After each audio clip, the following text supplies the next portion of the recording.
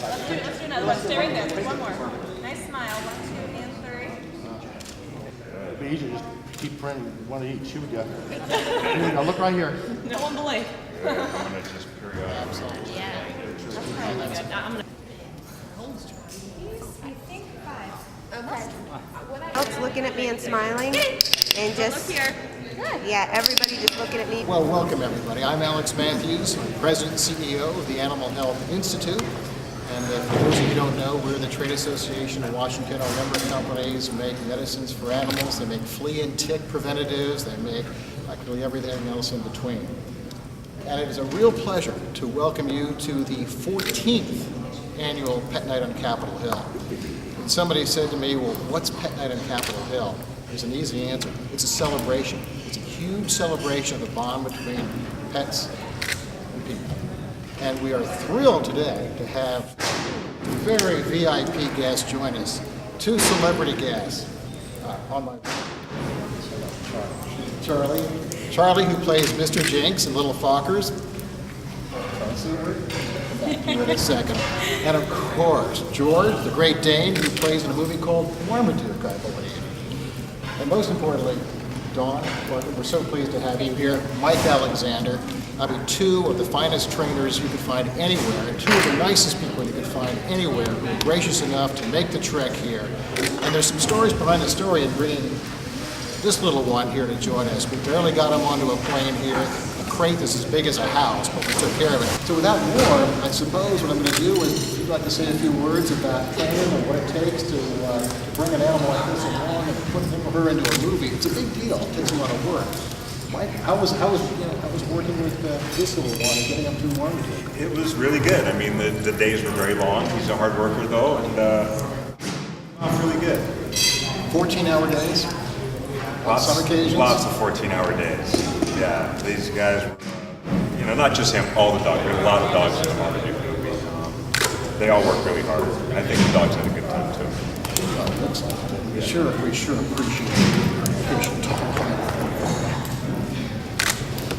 Charlie. How was Charlie? Well, Charlie, Mr. Jinx. and Mr. Jinx, Little Fockers was his maiden voyage. It was his first big project, and he did very well. When you work with any animal in a film, you always have a team. He was one of 3, but he was my hero cat, which means he was my lead cat. And before he did Little Fockers, he was wandering the streets of Ontario as a stray. So he's a rescue? He's a rescue. We adopted him, I took him in, I exposed him, trained him, and he's a movie star. Well, both of you know the value of keeping pets healthy and happy, and so we're so pleased to play a role in that in terms of making the medicines. We talked about flea and tick, but whatever you need to make sure these animals stay healthy, not just for the movie set, but for the household as well. Because so many of us, well, we're not in the movies, though we think we are at times. We like to evolve our pets at home. Whatever we can do to keep them happy, I think is good for us too. So again, we're pleased to have you here. Are there any questions from anyone? For these 2 distinguished people? Or these more distinguished critters? So where did George come from? George came from a breeder. Yeah, we cast him actually specifically for the movie, so they hired us to do the movie, and then we went out and cast George to play Marmaduke. And Mike, can you talk a little bit about, I know you were saying how long you work with the animal before the movie. Can you talk a little bit about what goes into that, and also with Dawn? I'll ask that same question. Generally, for a movie where a dog or really any animal has to be a lead character in the movie, it takes about 4 months to train them before we actually start shooting. And that's actually just enough time. These days the scripts become more and more difficult. The writers dream up all kinds of crazy stuff they want the dogs to do. So, the more time we have to train before the movie starts is really to our advantage. You got his own trailer? Yeah. Dawn, do you want to talk a little bit about what goes in? You said this is a rescue. What goes into training? Particularly, I would think a cat would be hard to train. Cats are pretty difficult to train. They're not like dogs. They're not as forgiving. The secret with a cat really is exposure and traveling them so they get used to seeing what we call the world. We want them to get out and see the public and traffic and things moving and loud noises so that when you take them to the set, none of that's a surprise and they're used to it and they feel comfortable in and around it. So most of the time, it takes about 3-4 months, just like Mike said, same thing. You're buzzer training them, which is basically doing a little Pavlovian training. You're pairing their food to the sound of a buzzer, and that's how you train them to come to you. And you teach them different behaviors. Once they learn to sit, hit a mark, lie down. Charlie has one heck of a hiss. And again, it's mostly traveling and exposure, and then you just plug in whatever the behaviors are that are in the script, and you take them on set, you let them get comfortable, and you start your day. Are they changing things in the flight, for example, you're sitting at the scene, Charlie here, and saying, you know what, why don't we put them over here, and we'll have a light. You can count on them. You've got a better position, but it's a spot where Right. he knows what the command is. It's tricky for sure. It's very tricky, and you can always expect the unexpected. You think you've got it down, and then they throw something at you that you have to do on the fly, and that's part of the training, where they get used to listening to your commands, and they're comfortable with you, so they trust whatever situation they're in.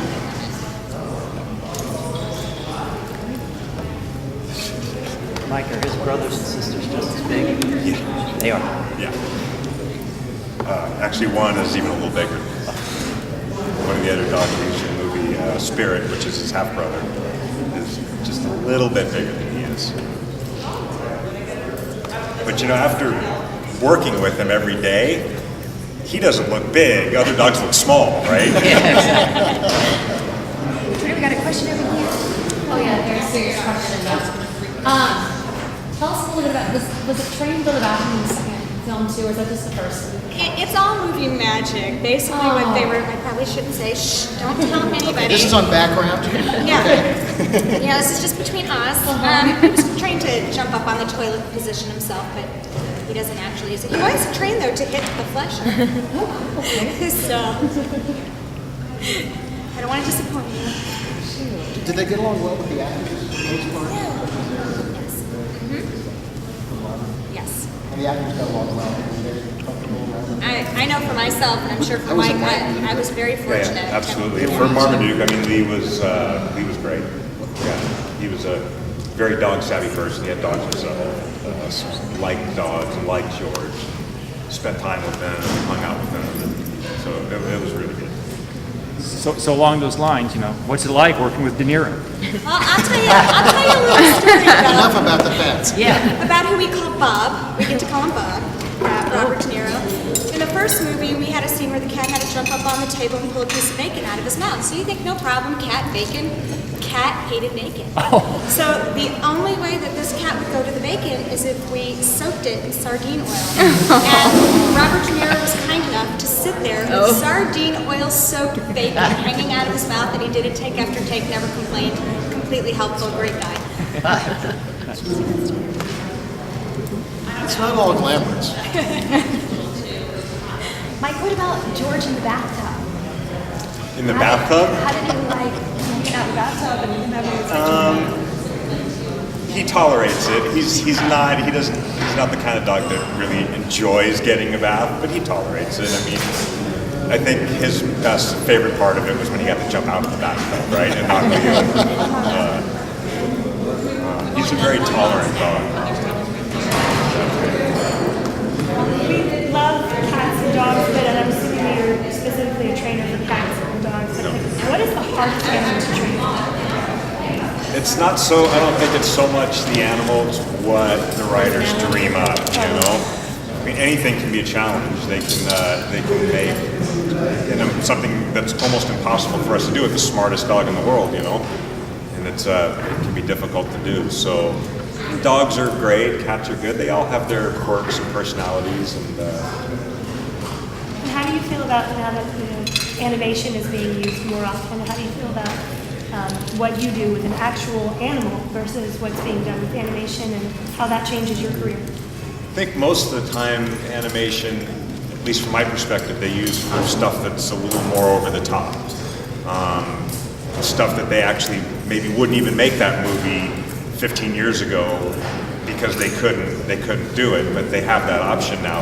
I don't think you're ever going to get to the point where you see a movie with a family dog or a pet, a movie like Marley and Me, where you would have CGI dogs. I just don't think that would be like doing CGI people. I don't think the public wants to see that. The public still wants to see the personality of a real animal.